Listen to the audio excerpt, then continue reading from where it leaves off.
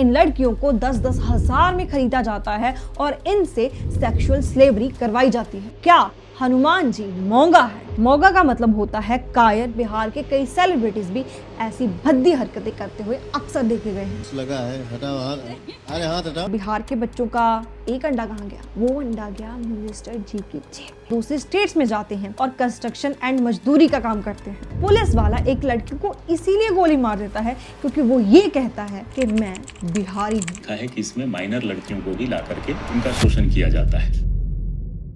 मुझे बिहार बिल्कुल भी नहीं पसंद। ये वीडियो मेरे सामने आई और इस वीडियो को देखने के बाद मेरा एक ही सवाल था। डेड बॉडी पड़ा हुआ है, लोग मछली चुन रहा है, मछली वाला एक्सीडेंट कर दिया है इसको, लोग मछली चुन रहा है। क्या बिहार के लोगों में अब इंसानियत खत्म हो चुकी है? एक 13 साल का बच्चा जिसका नाम गोलू था सुबह सुबह कोचिंग के लिए जाता है कि तभी वो एक तेज रफ्तार ट्रक जिसमें की मछलियां लोड की गई थी उससे टकरा जाता है। ये टक्कर इतनी जोरदार थी कि गोलू वहीं पे खत्म हो जाता है। और अब बिहार के लोगों का दिल तो देखो, उन्होंने उस बच्चे को उठा के हॉस्पिटल छोड़ने की जगह पे वहां पे गिरी मछलियों को उठाना ज्यादा जरूरी समझा। सड़क पर पिकअप वैन पलटा है। सड़क पर पड़ी मछलियां बिखरी पड़ी। मछलियों के बीच ही 17 साल के किशोर की लाश पड़ी है। किशोर की जान बचाने के बजाय लोग मछली लूटने में लगे हैं।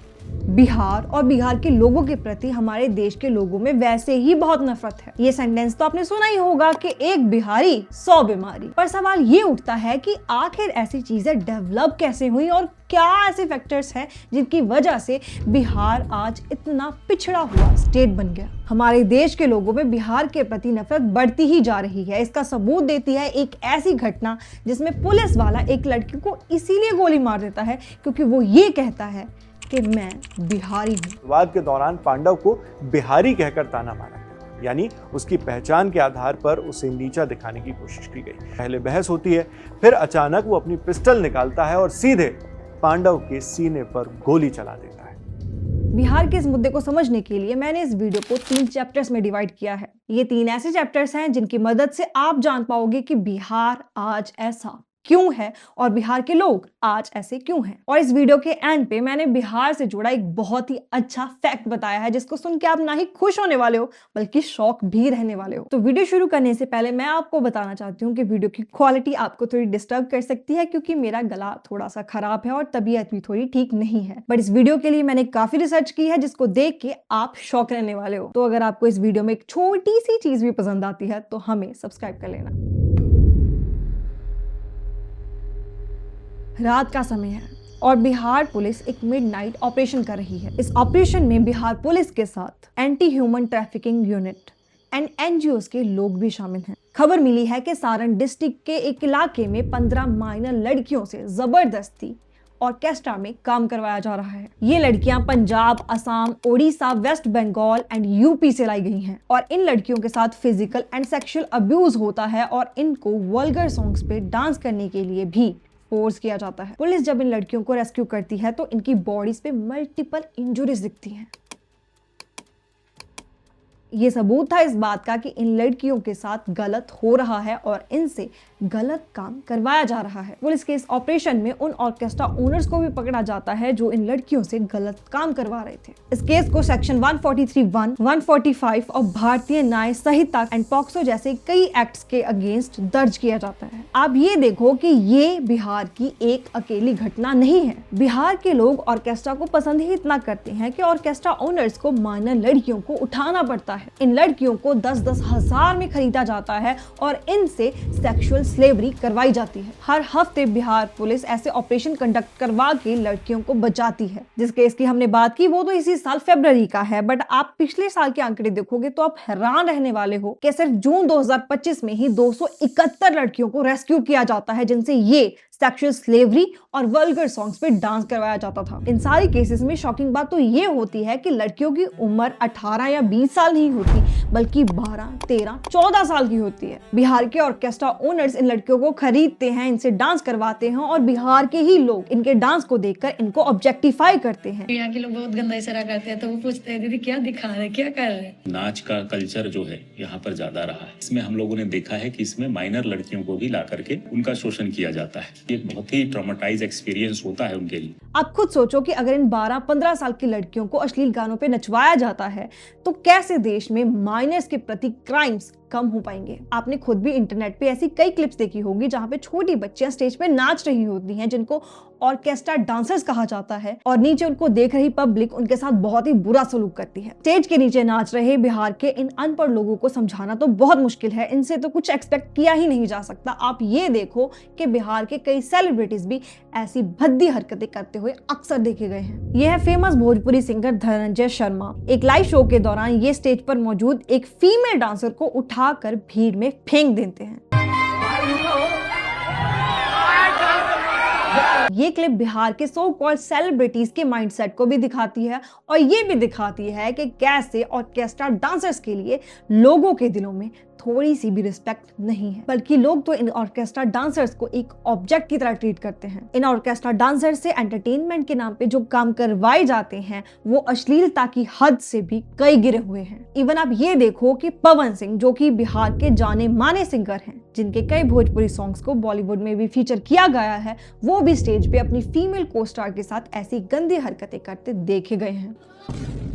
एक बार बोल तो दिया करो, राम राम। रुक कुछ लगा है, हटाओ हाथ। आई एम श्योर कि आपने इस क्लिप को इंटरनेट पे पहले भी देखा होगा, बट इस क्लिप में मैंने एक ऐसी चीज को नोटिस किया जिसको शायद आपने इग्नोर कर दिया होगा। पवन सिंह की फीमेल को स्टार जब ऑडियंस को स्टेज पे संबोधन करती है, राम राम। रुक कुछ लगा है, हटाओ हाथ। अरे हाथ हटाओ। तो देखो ऑडियंस का रिस्पॉन्स ही नहीं आता और फीमेल को स्टार को कुछ ही बोलना पड़ता है। मेरी तरफ से प्यार भरी मीठी मीठी राम राम। एक बार बोल तो दिया करो, राम राम। रुक और यही बात दिखाती है कि बिहार के लोग वुमन को रिस्पेक्ट देना तो दूर की बात है, उनको कुछ समझते ही नहीं है। देखो, मैं आपको पहले ही वार्न करना चाहती हूँ कि इस वीडियो में कुछ चीजें डिसरिस्पेक्टफुल एंड डिस्टर्बिंग भी हैं, तो ध्यान से देखना। है बबुआ, ए हनुमान जी मौंगा हो का? बिहार के स्टेज पर हजारों लोगों के सामने ये बोला जाता है कि क्या हनुमान जी मौंगा है? वेल, अगर आपको मौंगा का मतलब नहीं पता तो समझा देती हूँ। मौंगा का मतलब होता है कायर, जहाँ ऐसा इंसान जो कि औरतों जैसे बिहेव करता है। ग्रंथों में हनुमान जी को महाबली महावीर कहा जाता है और देखिए बिहार के स्टेज पर कैसे उनका मजाक उड़ाया जा रहा है। हनुमान जी मौके हवा का हो।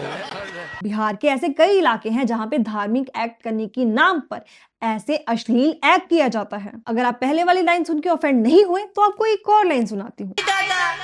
हनुमान जी ना हमार ढोड़िए में अंगूरी लगावत। बिहार में अगर खुलेआम स्टेज पर ऐसी चीजें हो रही हैं तो आप सोच सकते हैं कि बिहार के एजुकेशन का स्तर कितना गिरा हुआ है।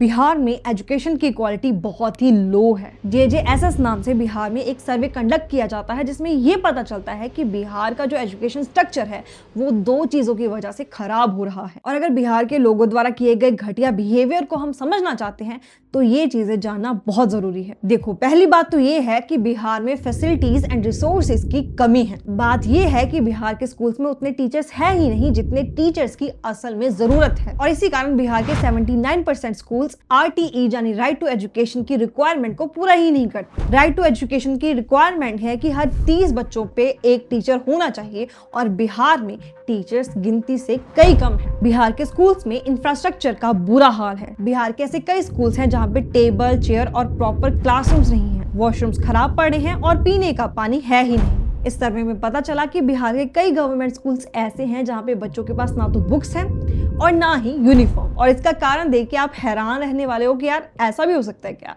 कुछ प्राइमरी स्कूल्स तो टेम्परेरी बैम्बू एंड घास की झोपड़ियों पे चल रहे हैं। आप यकीन नहीं करोगे ये जानकर कि बिहार के 9% स्कूल्स ऐसे हैं जिनके पास उनकी खुद की बिल्डिंग नहीं है।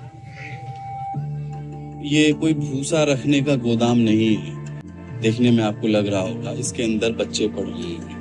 स्कूल के बच्चों के पास यूनिफॉर्म एंड बुक्स ना होने का सबसे बड़ा कारण ये है कि सरकार बुक्स एंड यूनिफॉर्म के पैसे सीधा उन बच्चों के गार्डियंस के बैंक अकाउंट में डाल देती है। अब गरीब इंसान है, जब फूड और एजुकेशन के बीच में चूज करना पड़ता है तो वो फूड को ही चूज करता है। ये बात बिहार के लोगों की बेबसी को भी दिखाती है और कहीं ना कहीं सरकार को भी एक्सपोज करती है कि आखिर क्यों सरकार बच्चों को सीधा ही यूनिफॉर्म एंड बुक्स नहीं देती। इन चीजों को देखकर लगता है कि सरकार खुद नहीं चाहती कि बिहारी पढ़े, क्योंकि अगर बिहारी पढ़ेगा तो वो सवाल पूछेगा और फिर उसके पूछे गए सवालों के जवाब सरकार दे नहीं पाएगी और इसीलिए सरकार उनकी बेबसी को इस तरह से ढाल बना रही है। बिहार के कई स्कूल शो कॉज नोटिस से बचने के लिए बच्चों की फेक अटेंडेंस लगाते हैं। सर्वे के दौरान जब JJSS की टीम स्कूल में जाती है तो देखती है कि क्लासरूम में बच्चे बहुत कम थे, जबकि रजिस्टर में तो गिनती डबल थी। कोविड-19 से तो पूरी दुनिया ही प्रभावित हुई थी, बट आप देखो कि सबसे ज्यादा इफेक्ट बच्चों की स्टडी पे पड़ा था और ऐसा ही बिहार के साथ हुआ। कोविड-19 के बाद लापरवाही हुई। लॉकडाउन लगने की वजह से क्लास 3 से 5 तक के बच्चे बेसिक लिखना पढ़ना भूल गए और उनके एजुकेशन को सुधारने के लिए सरकार ने कोई भी खास कदम उठाया ही नहीं। ASER 2022 की रिपोर्ट ये कंफर्म करती है कि बिहार में क्लास 5 के 63% बच्चे क्लास 2 की किताब नहीं पढ़ पा रहे। अगर हम झारखंड के एजुकेशन सिस्टम की बात करें तो वो भी कुछ खास नहीं है, लेकिन वहाँ पे अटेंडेंस, टीचर्स का रेशो और इंफ्रास्ट्रक्चर बिहार से कहीं अच्छा है।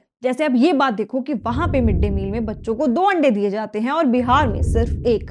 तो बिहार के बच्चों का 1 अंडा कहाँ गया? वो अंडा गया मिनिस्टर जी की जेब में। बिहार में एजुकेशन को लेकर हो रही इन लापरवाहियों को देखकर ये सवाल उठता है कि आखिर क्यों पॉलिटिशियंस एंड पब्लिक इसके बारे में सवाल नहीं पूछती। खैर, इसका रीजन बहुत ही कॉमन है। इसका एक बड़ा कारण ये है कि इन स्कूल्स में पढ़ने वाले बच्चे ज्यादातर दलित, आदिवासी और OBC कम्युनिटी से आते हैं और कहीं ना कहीं ये कास्टिज्म सिर्फ बिहार को नहीं बल्कि हमारे पूरे देश को अंदर ही अंदर खोखला कर रहा है। हमारे देश में 100 ऐसे कौन से कारण हैं जिनकी वजह से एजुकेशनल डेवलपमेंट रुकी पड़ी है, उसके ऊपर मैंने पहले से ही वीडियो बना रखी है, तो अगर आपका टाइम है तो आप इस वीडियो के बाद उसको भी देख सकते हो।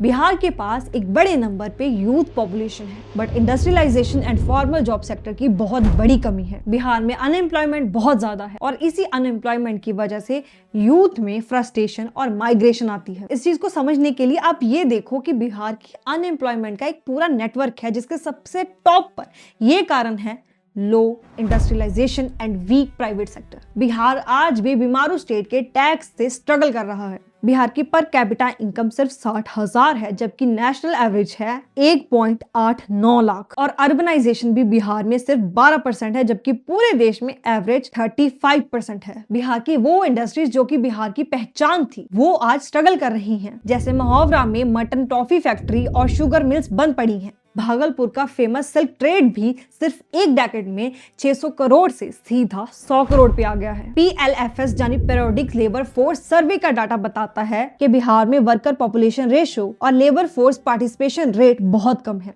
इसका मतलब है कि बिहार की आधी वर्किंग एज पॉपुलेशन ना तो काम कर रही है और ना ही कोई काम ढूंढ रही है, क्योंकि उनको ये लगता है कि उनको कोई काम मिलेगा ही नहीं। हमारे देश में महिलाओं का वर्क परसेंटेज है 49%, जो कि बहुत ही अच्छा नंबर है, पर बिहार में ये घटकर सिर्फ 30% रह जाता है। बिहार के लिटरेसी रेट में चाहे ही कुछ समय में सुधार आया हो, पर अभी भी लोगों के पास स्किल्स की कमी है। हम ये कह सकते हैं कि बिहार के लोग आज के टाइम पे सिर्फ सर्वाइव कर रहे हैं, उनके पास लॉन्ग टर्म काम नहीं है। हर साल बिहार के 30 लाख से ज्यादा लोग मजबूरी में दूसरे स्टेट्स में जाते हैं और कंस्ट्रक्शन एंड मजदूरी का काम करते हैं। सरकार ने मनरेगा जैसे प्रोग्राम चला के उनकी हेल्प करने की कोशिश की, पर बिहार के लोगों को कोई स्किल बेस्ड जॉब देने में वो भी असफल रहे। ये तीनों प्रॉब्लम्स वो हैं जिनमें सुधार लाने की जरूरत है अगर हम चाहते हैं कि बिहार आगे आए। सरकार को बिहार के गाँव कस्बों के पास इंडस्ट्रियल कॉरिडोर्स बनाना पड़ेगा और पब्लिक प्राइवेट पार्टनरशिप को बढ़ावा देना पड़ेगा। अगर बिहार की अब की सरकार इस एक चीज को सही कर देती है तो बिहार को आगे बढ़ने से कोई नहीं रोक सकता। बिहार हमारे देश की एक ऐसी स्टेट है जहाँ से सबसे ज्यादा IAS निकलते हैं। और क्या आप जानते हो कि जापान जहां पे लोग जाने के सपने देखते हैं, वहां पे बिहार दिवस नाम से एक फेस्टिवल मनाया जाता है। बिहार का कल्चर एंड हिस्ट्री इतनी रिच है कि कैसे जापान के लोग इसको एम्ब्रेस कर रहे हैं।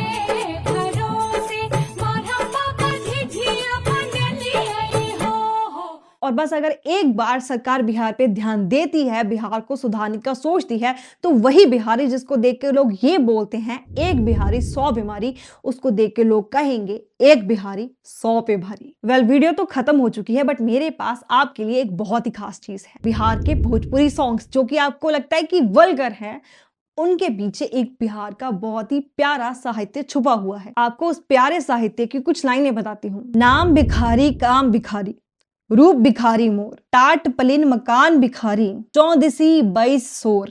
इसका मतलब है कि मेरा नाम भिखारी है और मेरा काम भिखारियों जैसा है। मेरा रूप भी भिखारियों जैसा ही है।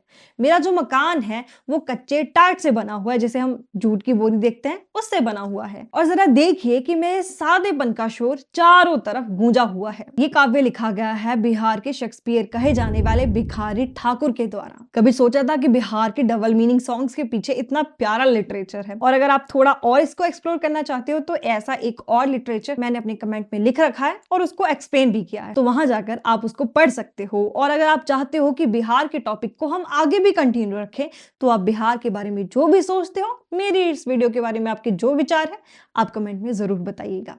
Thank you.